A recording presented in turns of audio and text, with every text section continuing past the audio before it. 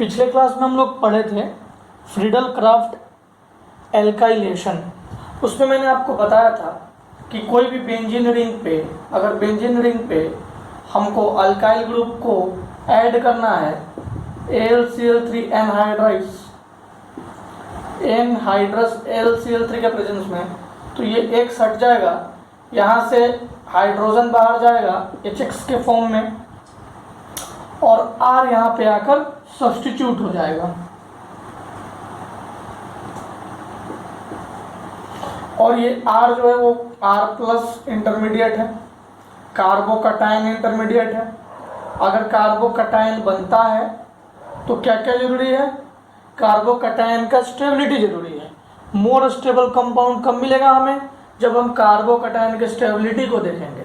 तो ये सारी बातें हम लोग पिछले क्लास में डिस्कस कर चुके थे। आज मैं आपको बताऊंगा Friedel Crafts acylation. Friedel Crafts acylation, तो जरा ध्यान से सुनिएगा। आज का टॉपिक का नाम है Friedel Crafts acylation. Friedel Crafts acylation.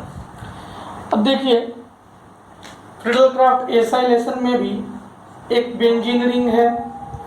इस बेंजीन रिंग पे हमें एसाइल ग्रुप को ऐड करना है। अब देखो बच्चों, ये क्या था? ये अल्काइल ग्रुप था। इस पे एसाइल ग्रुप ऐड करना है, कुछ भी नहीं, RC डबल बॉन्ड OX। इस ग्रुप को हम एसाइल ग्रुप कहेंगे। इस ग्रुप को क्या बोलेंगे बच्चों? इस ग्रुप को एसाइल ग्रुप बोलेंगे, एसाइल ग्रुप।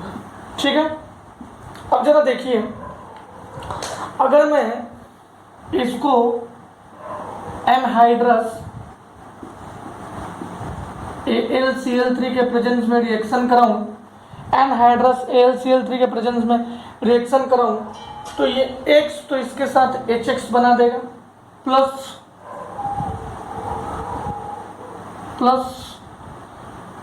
यहाँ का जो हाइड्रोजन था जैसे उसमें निकलता था वैसे इसमें भी रिमूवल ऑफ ओल्ड इलेक्ट्रोफाइल हुआ और HX बना दिया। देखो ये सारे रिएक्शन क्या है? ये सारे इलेक्ट्रोफिलिक रिएक्शन है। इलेक्ट्रोफिलिक रिएक्शन में मैंने क्या बताया था? जनरेशन ऑफ इलेक्ट्रोफाइल, ठीक है, अटैक ऑफ इलेक्ट्रोफाइल, और थर्ड स्टेप हमारा क्या होता था? रिमूवल ऑफ, बोलिए, removal of new old electrophile. तो यहाँ पे ओल्ड इलेक्ट्रोफाइल कौन है? हाइड्रोजन है। ओल्ड इलेक्ट्रोफाइल कौन है? हाइड्रोजन है। ओल्ड इलेक्ट्रोफाइल हाइड्रोजन है, वो रिमूव हो जाएगा और ऐड क्या हो जाएगा? ये वाला ग्रुप C, यहाँ R, C पे डबल बॉन्ड हो। और यहाँ पे बहुत इंपॉर्टेंट थिंग ये है कि here carbocation is not formed. Carbocation is not formed. तो आपको ज़्यादा दिमाग अब लगाना ही नहीं है। अगर कार्बोकटायन नहीं फॉर्म होगा एज इंटरमीडिएट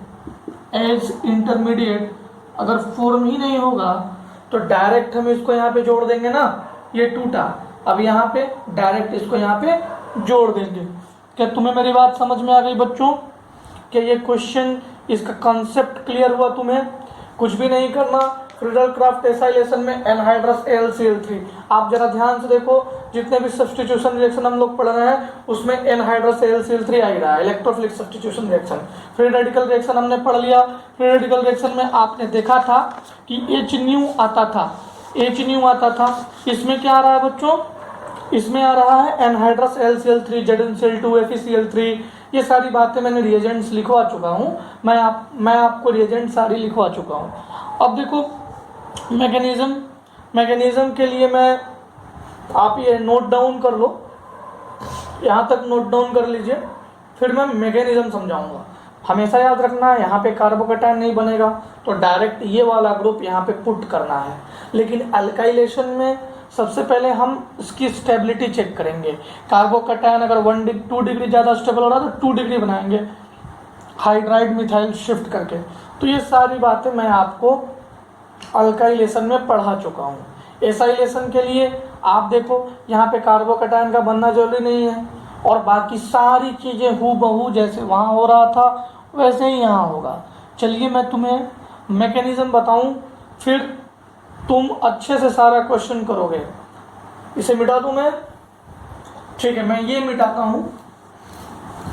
ये जो 3 स्टेप मैंने आपको बताया वो 3 स्टेप मैं करके दिखाता हूँ। पहला स्टेप क्या था बच्चों? जनरेशन। किस चीज़ का जनरेशन? Of electrophile. अच्छा, इलेक्ट्रोफाइल कौन बनेगा? अरे ये तो बनेगा इलेक्ट्रोफाइल। देखो R से डबल बॉन्ड O X, और अगर ये AlCl3 के साथ है तो ये इसके साथ चला जाएगा। वही कहानी AlCl3X माइनस, और ये जो बच गया ये हमारा क्या हो जाएगा? ये हमारा हो जाएगा इलेक्ट्रोफाइल। अब ये इलेक्ट्रोफाइल इस पे अटैक करेगा। सेकंड स्टेप क्या था? Attack of electrophile. Second step क्या है? Attack of electrophile. अब अटैक ऑफ इलेक्ट्रोफाइल में ये सारी बातें आप पढ़ चुके हो। ये डबल बॉन्ड टूटेगा, इस पे माइनस, इस पे प्लस, ये यहाँ, ये माइनस पे आके ये अटैक किया, जैसे ही माइनस पे अटैक करेगा। अब आप देखो ये प्लस सारे कंजुगेशन में है, यहाँ तक कंजुगेशन होगा, और इसी को सिग्मा कॉम्प्लेक्स बोलते थे, जो मैं वहाँ बताया हूँ फ्रीडल-क्राफ्ट से पहले जो इलेक्ट्रोफिलिक सब्स्टिट्यूशन में पढ़ाया है। प्लस सिग्मा पाई, फिर ये प्लस यहाँ आ जाएगा, फिर प्लस सिग्मा पाई, तो यहाँ तक एक एक्सटेंडेड कंजुगेशन आपको दिखाई देगा। रेजोनेंस, यहाँ पे आपको रेजोनेंस दिखाई देगा पूरे में, रेजोनेंस। ठीक है, अब देखो होगा क्या? ये आके यहाँ पे अटैक मारेगा, ये यहाँ पे अटैक मारा, C double bond O R, और यहाँ पे प्लस है। अब जरा सोचो, वही पुरानी कहानी, उसी का बार बार रिपीटेशन हो रहा है, वही पुरानी कहानी, उसी का रिपीटेशन। यहाँ का जो हाइड्रोजन है वो चला जाएगा, वहाँ का हाइड्रोजन चला जाएगा, वो जाना चाहता है। भेज दूँ? भेज दूँ? बोलो, अरे बोलो, भेज दूँ? लो भेज दिया। हाइड्रोजन H प्लस के फॉर्म में गया, H प्लस के फॉर्म में गया तो यहाँ माइनस आ गया, यहाँ प्लस है। ये माइनस और ये प्लस, इन दोनों ने एक दूसरे को देखा, देखते रह गए, इन दोनों ने एक दूसरे को देखा, फिर देखते रह गए और बॉन्ड बना लिया, और बॉन्ड बना लिया।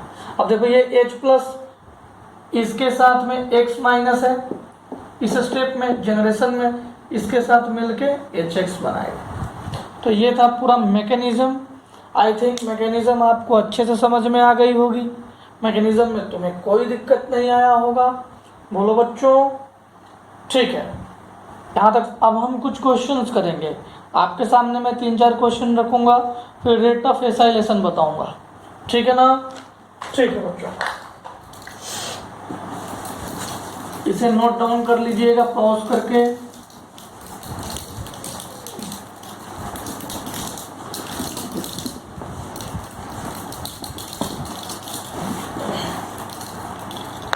चलिए, क्वेश्चन नंबर 1, एग्जाम्पल 1, ये रहा आपका बेंजीन रिंग। ठीक है, प्लस जरा इसको देखिए, सभी लोग ट्राई करेंगे। ये भी एक तरह का बेंजीन रिंग ही है, एक तरह का क्या बेंजीन रिंग ही है।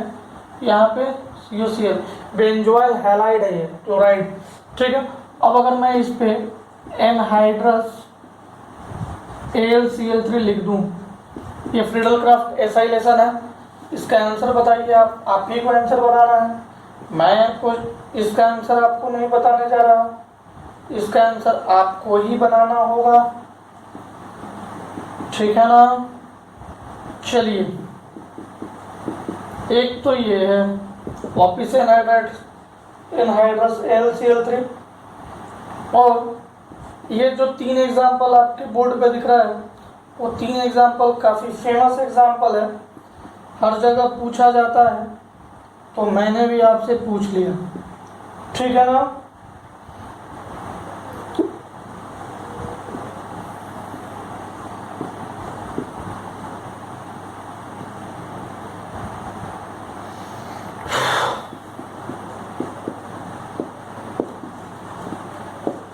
इसको मैं बाद में एक्सप्लेन करूंगा, ऊपर पहले 1 और 2 बताएं। कुछ भी नहीं है बच्चों, इसको तोड़ दो, तोड़ के HCl बाहर कर दो। अब ये हमारा बेंजीनियरिंग है ना। देखो ये बेंजीनियरिंग है,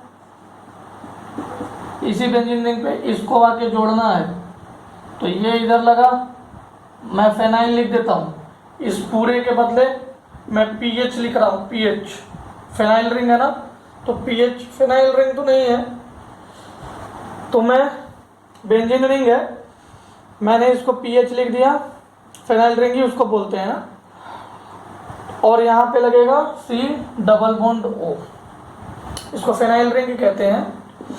अब देखो, अब मुझे ये बताओ इसमें क्या करेंगे, इसका आंसर बताइए, ये कैसे बनेगा। देखो मैंने यहाँ से तोड़ दिया, तोड़ दूँ ना, जो डबल बॉन्ड जहाँ पे दिख रहा है, C डबल बॉन्ड जहाँ पे दिख रहा है वहाँ पे मैंने तोड़ दिया। जैसे ही मैंने इसको तोड़ा तो इस पे आया पॉजिटिव, इस पे आया नेगेटिव। अब देखो यहाँ से हाइड्रोजन बाहर जाएगा। देखो सिंगल स्टेप में कैसे बनाएंगे, हाइड्रोजन किस फॉर्म में बाहर जाएगा, H प्लस में, ये O माइनस है, H प्लस ने O माइनस को देखा, दोनों ने बॉन्ड बना लिया, तो देखो एक अल्कोहल भी हमें मिला, अल्कोहल भी मिला। अब ये आके इस पे लग जाएगा, ये तो बहुत ईजी है। C डबल बॉन्ड O जहाँ पे है उस वाले को आपको पकड़ लेना है, उस वाले को आपको पकड़ लेना है। अब देखो यहाँ पे दो जगह C डबल बॉन्ड O है, तुम्हें दिख रहा है, देखो यहाँ भी C डबल बॉन्ड O है, यहाँ भी C डबल बॉन्ड O है।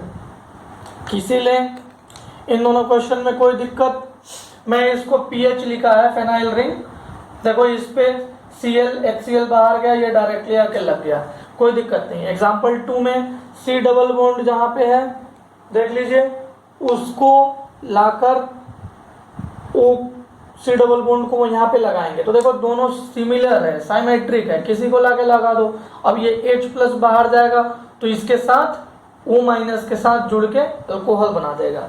ये दोनों क्वेश्चन में किसी को कोई दिक्कत बिल्कुल नहीं होनी चाहिए, बस आप समझो कि यहाँ Cl माइनस होता था ना, उसके जगह पे इतना बड़ा सा कंपाउंड दे दिया, और कोई इस क्वेश्चन में टेक्निकलिटी नहीं है, कुछ भी टेक्निकलिटी नहीं है, बस बहुत बड़ा कंपाउंड के बजाय छोटा कंपाउंड के बजाय बहुत बड़ा कंपाउंड दे दिया है।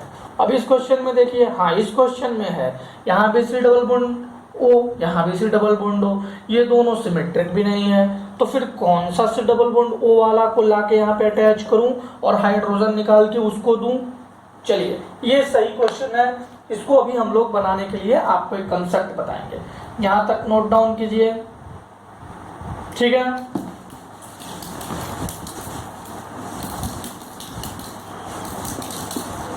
अब बच्चों देखो, इसमें एक छोटा सा बात नोट कर लेना, less steric hindrance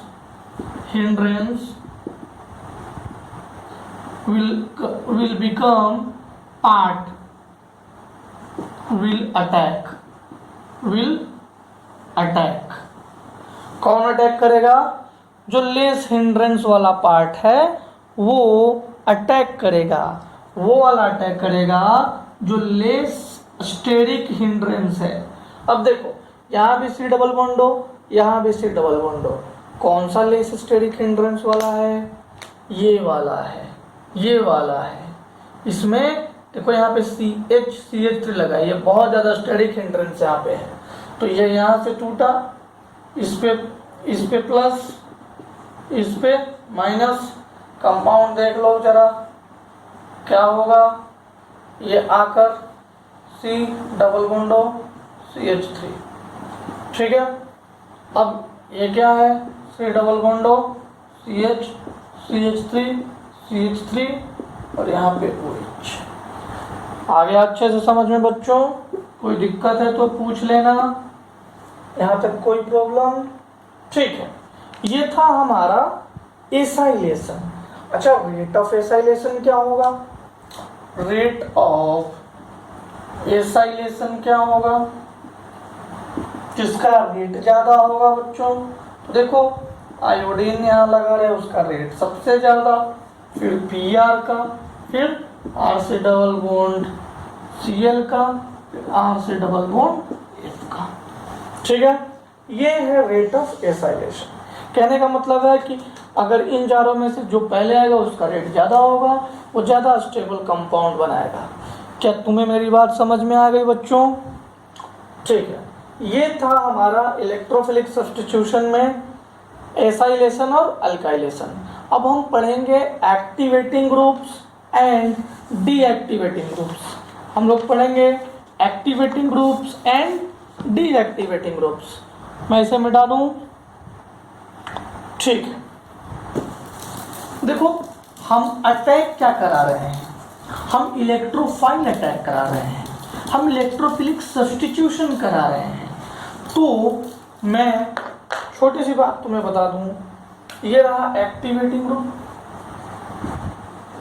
activating group, और मैं इधर लिख रहा हूं डीएक्टिवेटिंग ग्रुप और कंपाउंड, डीएक्टिवेटिंग ग्रुप और कंपाउंड। अच्छा, एक बात बताओ, हम कर क्या रहे हैं? हम अटैक करा रहे हैं। किस चीज का अटैक करा रहे हैं? हम अभी जो पढ़ रहे हैं इन इलेक्ट्रोफिलिक रिएक्शंस। इलेक्ट्रोफिलिक रिएक्शंस में इलेक्ट्रोफाइल का क्या होगा बच्चों? अटैक। इलेक्ट्रोफाइल अटैक्स, इलेक्ट्रोफाइल का अटैक होगा कहाँ?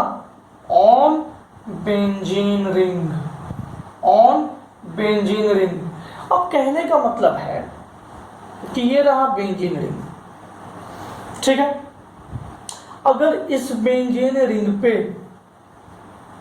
यहां पे कुछ ग्रुप लगा दिया, मान लो G, अगर इस ग्रुप के लगाने से इस बेंजीन रिंग पे, अगर इस बेंजीन रिंग पे अगर इलेक्ट्रॉन डेंसिटी बढ़ जाएगी, इलेक्ट्रॉन डेंसिटी इंक्रीजेस, अगर इस बेंजीन रिंग पे इलेक्ट्रॉन डेंसिटी बढ़ जाएगी इस ग्रुप के वजह से, तो इसको कहेंगे activating group. Then G is activating group. क्यों एक्टिवेटिंग ग्रुप हुआ? क्योंकि जो इलेक्ट्रोफिलिक अटैक करवाना है उसको बेंजीन रिंग पे करवाना है। इलेक्ट्रोफिलिक अटैक मतलब कोई इलेक्ट्रोफाइल आके अटैक कर रहा है, मतलब कोई इलेक्ट्रॉन लविंग स्पीसीज आके अटैक कर रहा है, तो बेंजीन रिंग पे इलेक्ट्रॉन डेंसिटी ज्यादा होना चाहिए। तो यहाँ पे इलेक्ट्रॉन डेंसिटी ज्यादा है, तो ये यहाँ पे आकर अटैक किया, ठीक है। इसीलिए इसको कहेंगे एक्टिवेटिंग ग्रुप। अच्छा, कौन कौन सा ऐसा ग्रुप है जो कि बेंजीन रिंग के इलेक्ट्रॉन्स डेंसिटी को बढ़ा देता है? कौन कौन सा ऐसा ग्रुप है? जरा सोचो और बताओ, कौन कौन सा ऐसा ग्रुप हो सकता है?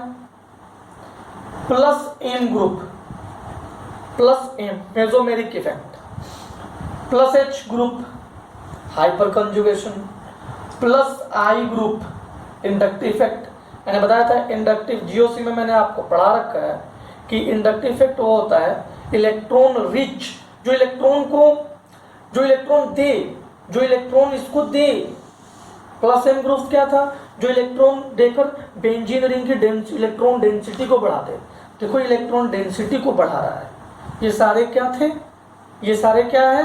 एक्टिवेटिंग ग्रुप्स, ठीक है।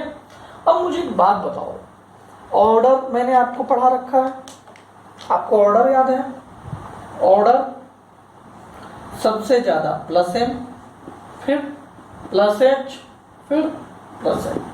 ये ऑर्डर याद है? ये ऑर्डर मैंने स्टेबिलिटी चेक करने के लिए, सब चीज करने के लिए, एसिडिक स्ट्रेंथ चेक करने के लिए, ये सारे ऑर्डर्स मैंने आपको पढ़ा रखे थे। तो ये सारे ऑर्डर्स आपको हमेशा याद रखना है।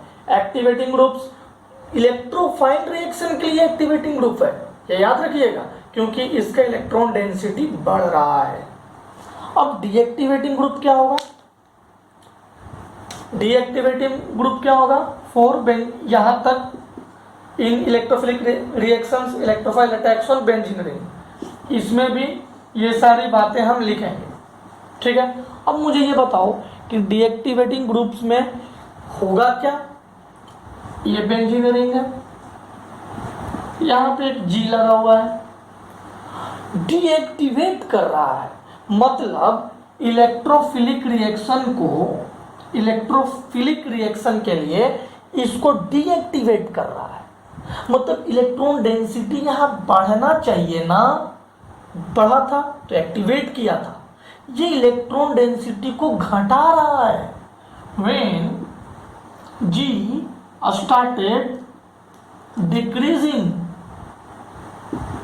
electron density on the ring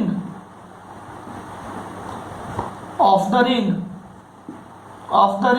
अगर इलेक्ट्रॉन डेंसिटी रिंग पे कम होगा तो क्या इलेक्ट्रोफाइल इस पर अटैक करेगा? इलेक्ट्रोफाइल तो इलेक्ट्रॉन लविंग स्पेसीज है, कैसे अटैक करेगा? तो डीएक्टिवेटिंग ग्रुप कौन कौन से हो सकते हैं? -I, -M, -H। सबसे ज्यादा डीएक्टिवेटिंग ग्रुप -M, फिर -H, फिर -I, ठीक है। कोई दिक्कत, कोई परेशानी? ठीक है, अगले क्लास में हम एक्टिवेटिंग ग्रुप्स कौन कौन से हैं, कौन हाई एक्टिवेटिंग ग्रुप है, कौन मॉडरेट एक्टिवेटिंग ग्रुप है, कौन लीस्ट एक्टिवेटिंग ग्रुप है, इसके बाद रिएक्टिवेटिंग ग्रुप में कौन कौन से हैं, कहाँ पे ज़्यादा एक्टिवेट हो जाता है, ज़्यादा इलेक्ट्रॉन डेंसिटी हो जाता है, ऑर्थो पे होता है कि पैरा पे होता है कि मेटा पे होता है, इन सारी बातों का डिस्कशन अगले क्लास में करेंगे। आप तब तक से यहाँ तक पढ़िए। Okay, have a good day.